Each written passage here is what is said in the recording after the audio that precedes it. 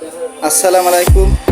আজ আসলাম গোপালগঞ্জ জেলার পাইককেন্দি ইউনিয়নের সুলতান সেই গ্রামের ক্ষুদ্র একটি খামারে। এই খামারে দুইটা গরু আছে। গরু দুটো কুরবানিতে বিক্রি হবে। গরুর খামারের মালিক হাকিম শেখ।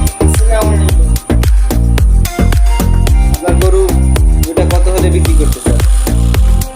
বড়টি হচ্ছে 4.5 লক্ষ টাকা আর ছোটটি হচ্ছে 2,30,000 টাকা।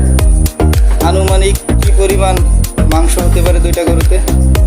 এই লালটায় কত হতে পারে? কয় মণ আপনি কালি করতেছেন?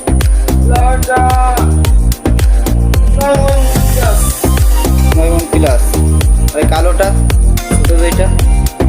কালোটি হচ্ছে আমার 7 মণ। এটার বয়স কত দিন? এর বয়স 2 বছর প্লাস হয়ে গেছে, এখন দাঁত ভাঙেনি। দাঁত ভাঙেনি? আর ছোটোটা? ছোটটা 2 দাঁতের গরু। 2 দাঁতের। আপনারা গরুগুলো দেখতে পারতেছেন। এই গরুটা হলো বড়, কালারটা অনেক সুন্দর আছে, লাল কালার। গরুর মালিক এটা 9 মণ প্লাস হবে সে কালি করতেছে। এই যে এই পাশে আর একটা, এটা একটু ছোট কালো কালার।